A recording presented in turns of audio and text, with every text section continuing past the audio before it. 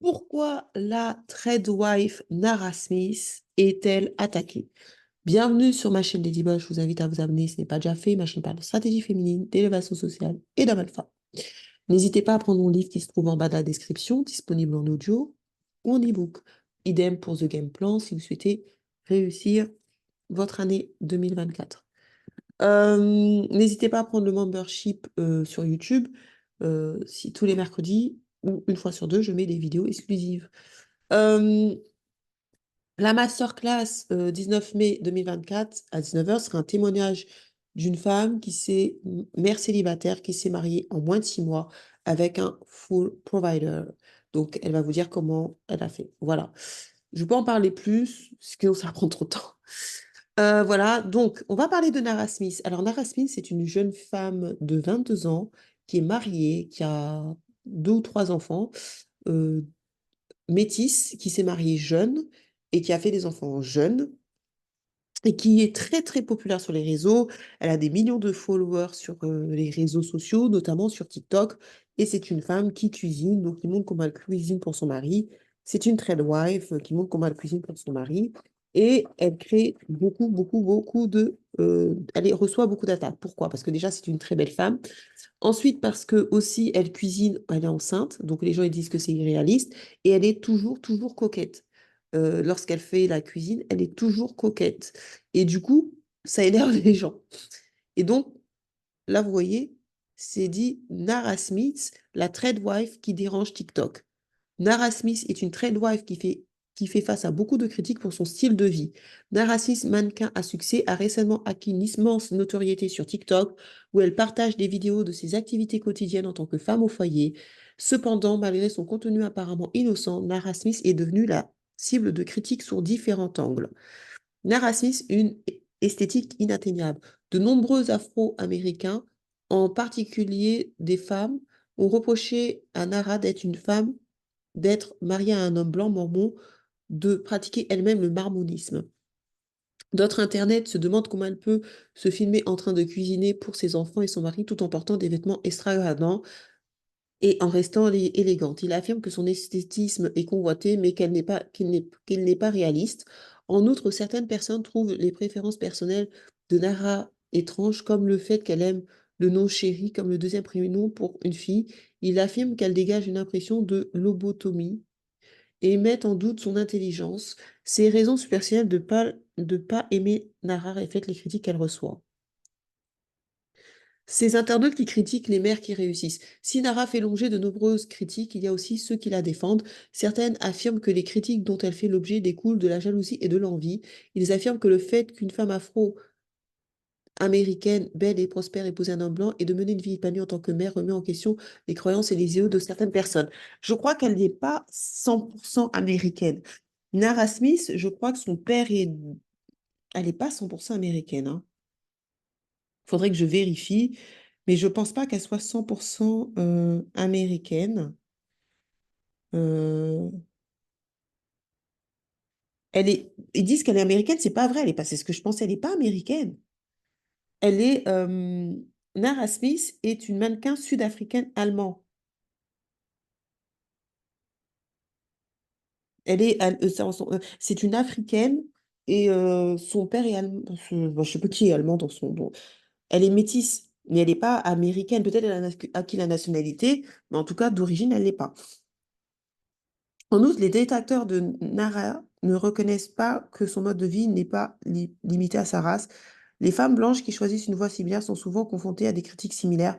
Par exemple, Anna de Ballerina Femme, une autre influenceuse, a fait l'objet d'une controverse lorsqu'elle a participé à un concours de beauté de 12 jours seulement après avoir accouché. Les internautes ont affirmé qu'elle fixait des normes irréalistes pour la maternité postpartum. La jalousie et l'envie semblent être l'origine des critiques formulées à l'encontre de Nara Smith. Elle défie les discours féministes modernes en assumant son rôle d'épouse et de mère en poursuivant une brillante carrière de mannequin. La- à 22 ans, elle donne la priorité à sa famille et à ses responsabilités, ce qui semble déranger certains internautes qui ont tenu la descente en flamme dans plusieurs vidéos partagées sur TikTok. Alors, il a critique parce que déjà, c'est pas une femme noire. Bon, aux États-Unis, elle est considérée comme une femme noire. Mais moi, ce que je comprends pas, c'est que chacun a le droit de vivre sa vie. Les féministes, elles ont le droit de vivre. C'est pas tout le monde qui a envie d'avoir des sexes avant le mariage et connaître plusieurs partenaires. Elle s'est mariée tôt, c'est très bien pour elle. Elle a fait des enfants tôt, c'est très bien pour elle si elle a eu la chance de trouver son mari jeune. Moi, j'ai plein d'amis qui ont trouvé leur mari à 18 ans, à 19 ans, parce qu'en province, en général, il n'y a pas beaucoup de choix, et elles sont tout le temps, elles sont toujours ensemble, ils ont acheté leur maison, et ça se passe très bien. Tout le monde ne trouvera pas son mari à 30 ans, c'est pas vrai. C'est pas vrai, en fait. Et surtout que la beauté, alors là, allez, bon, je vais prendre le contexte américain, parce que apparemment, elle vivrait aux États-Unis. Mais c'est pas une Américaine de base, hein. Son père est il y a un de ses parents qui est sud-africain et sa mère, un qui est allemand, donc elle est métisse. Euh, chacun a droit de vivre la vie qu'elle souhaite. Et donc les gens ils disent que son truc est irréaliste. Non, il faut savoir que quand vous êtes une trade wife et quand vous avez un homme qui est 100% pourvoyeur, les exigences sont plus élevées. Quand un homme pourvoit à 100%, il sera beaucoup plus exigeant qu'un homme qui a besoin de vos finances. Et ça aussi, c'est ce que beaucoup de femmes ne veulent pas comprendre. Tout le monde ne veut pas d'un homme qui a besoin de ses finances, qui a besoin d'elle financièrement. Il y a des femmes qui ne supportent pas ça. Et je pense que le but dans le féminisme, c'est aussi de respecter le mode de vie de chacun. On n'aime pas en Occident voir la femme se reposer et surtout une femme racisée. À chaque fois qu'on voit une femme racisée, il y a toujours des critiques. C'est pareil pour, je me souviens quand euh, Salma Hayek, elle s'est mariée avec Bernard Pinault, on l'appelait de Gold Digger. What the hell? Salma Hayek, c'est la femme qui a le plus travaillé. Elle travaille encore. Elle n'a pas attendu Pinault pour être célèbre. Enfin, c'est du n'importe quoi. Ils l'ont traité de gold digger, tatati tatata, et alors qu'elle avait son propre argent, elle était déjà multimillionnaire sans. C'est-à-dire que dès qu'une femme racisée réussit et arrive à avoir la crème de la crème des hommes blancs, elle fait face à des critiques parce que son mari, ne nous mentons pas, c'est un bel homme blanc.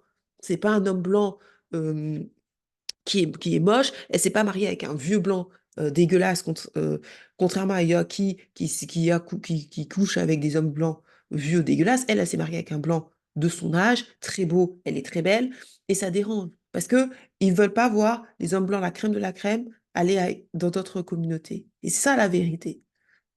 Mais cette fille, elle a décidé de se marier, de se positionner tôt parce qu'elle a dit que ses enfants, son père avait fait des enfants tard et il l'a regretté. Elle a expliqué pourquoi elle a fait des enfants tôt. Son père, son regret, c'était d'avoir fait des enfants tard parce que, à cause, après, il a moins d'énergie, il dit, tu grandis pas avec tes enfants, avec tes parents, avec tes enfants plutôt.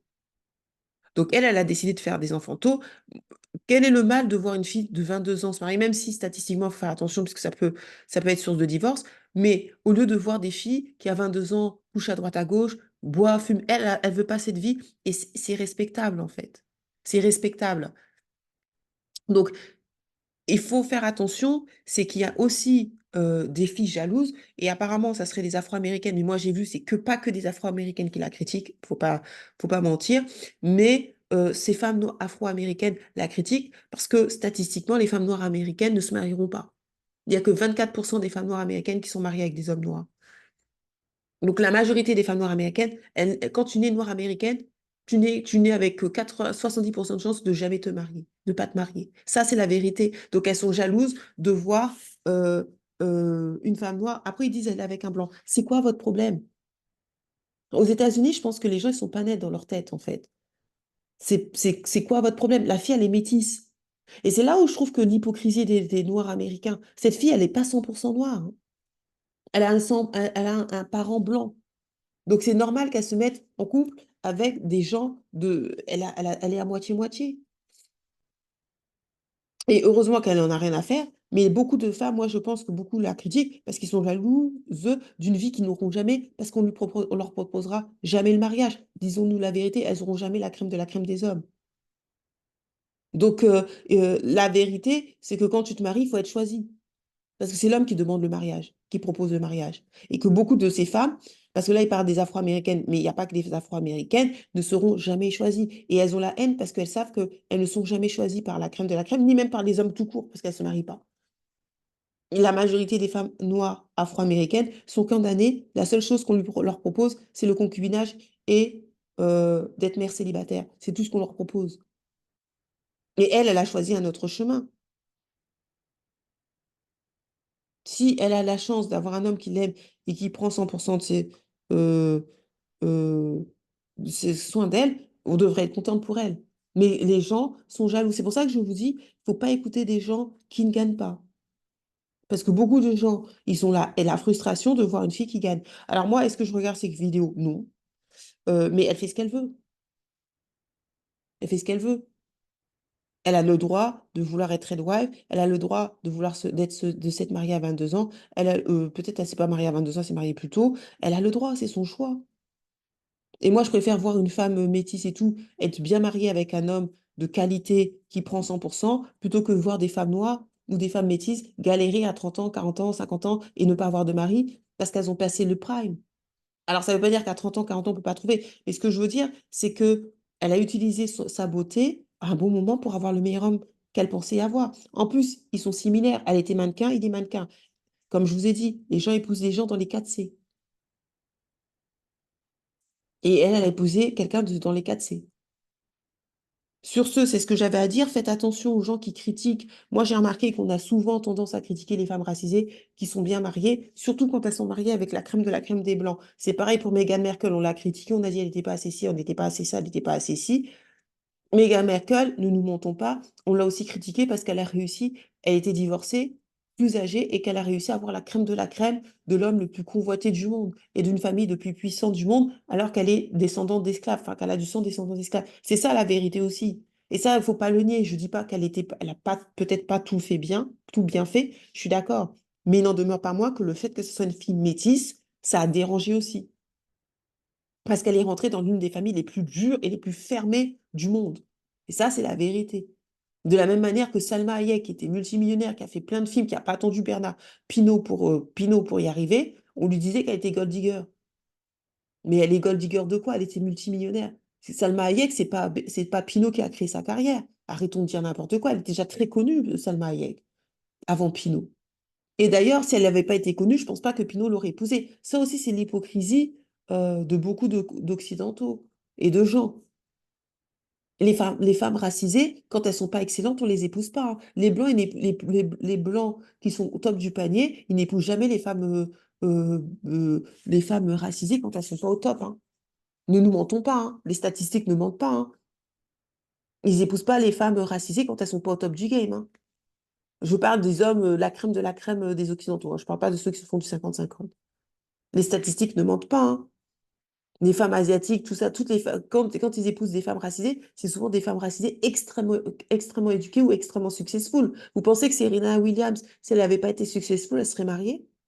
Non, elle ne serait pas mariée.